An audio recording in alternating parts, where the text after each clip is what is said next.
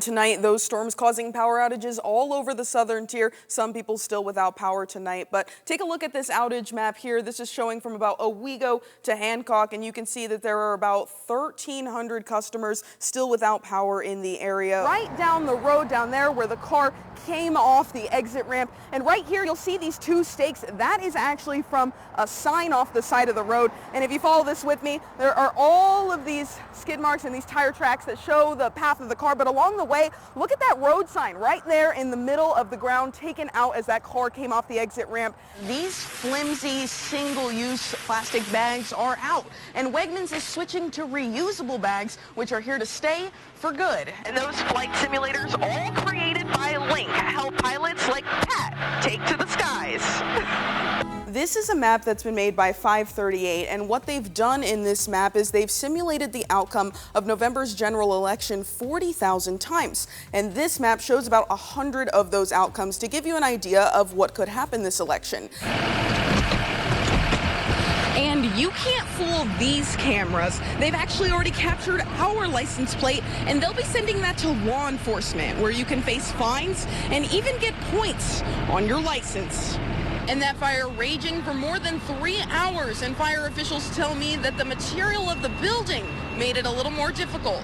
Well, we were lucky enough to find parking on the street, but that doesn't happen often. And the city hopes to fix parking availability by raising meter rates from 50 cents to $1.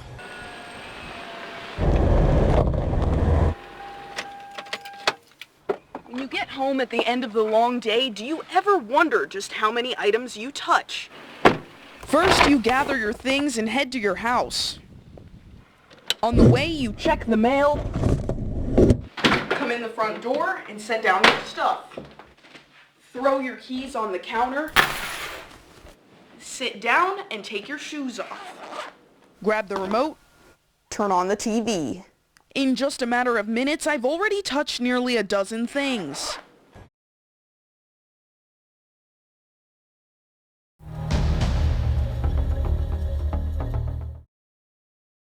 You feel helpless because you're limited to your abilities because of your sources or your resources.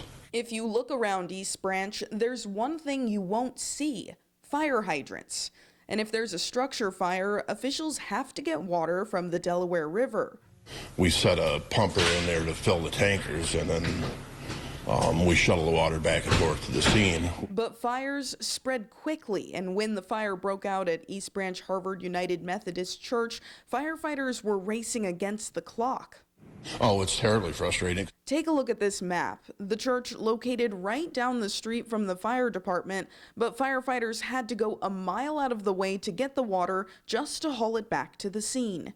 With this, you got to set ponds up, have the excess manpower to run the trucks, and get the water source set up, and then set your shuttles. And when every minute counts, having access to a hydrant makes all the difference. And in the winter, the river isn't always a reliable source. Yeah, the river does freeze, and it just makes it more difficult. You're not only fighting the climate, but then you got to fight through the ice to be able to lay your suction in the river. So it delays the process that much more. In the case of the church, the result, a total loss.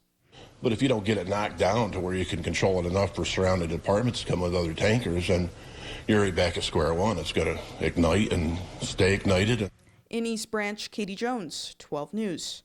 Ithaca College's Shape of the College report brings bad news for faculty and students as the school prepares to downsize. You know, we're in the middle of a pandemic. People are being fired. They need to put food on the table for their families and for themselves. The report recommends cuts to more than 100 full-time employees, but the actual number of layoffs could be much higher. There are like adjunct professors and contingent faculty members, and the admin can fire like multiple of them to make up for one full-time faculty member. Politics professor Juan Arroyo is one of the many faculty members that has been told he may not have a job in the next year. A lot of people's lives are going to be affected, and mostly because it's not clear that everything possible has been done to not affect so many people in such a drastic way. Arroyo has spent 20 years with the school and believes more conversations with his colleagues could lead to more solutions. Maybe there are people in our economics department in our business department, in our accounting department, so that maybe the college, without leaving it all at the level of administration, can reach out to the experts and specialists that we have. Open the Books is a movement on campus calling for transparency on these decisions, especially what happens financially on the administration level. We've gotten a lot of half-truths and non-answers from the administration. While specific salaries within the administration are unclear, Ithaca College is required to make one tax form publicly available, Form 990. The latest form is from 2018, showing more than $4 million spent on compensation of current officers, directors, trustees, and key employees. Without the full picture, both students and faculty are calling on the administration to slow down. There was consultation. And again, the question is, was this consultation slow enough, broad enough, completely enough to match the significant change that's about to happen for a lot of people? While none of these decisions are final, the administration says they will continue to accept feedback and a decision will come later in the spring semester. Katie Jones, 12 News. And this story is sure to warm your heart. Earlier this week, we reported a missing lawnmower stolen from 85-year-old Gordon Blakesley's front lawn in Harpersville. And he simply wanted his riding lawnmower back, even making a sign in front of his home asking for it to be returned. And in less than a day, a gift was delivered to Gordon's house. Take a look. Like many of us, Gordon Blakesley had his life flipped upside down when the pandemic hit, leaving his Harpersville home to live with his family for his safety. He's been a trooper ever since I was little. And when Gordon was able to live at home again, he discovered that his red Craftsman riding lawnmower had been stolen right off his front lawn. So he made a sign writing, "Bring back my mower. I'm 85 years old and I can't push." And that's when one person decided to do something about it. I couldn't be any more thankful.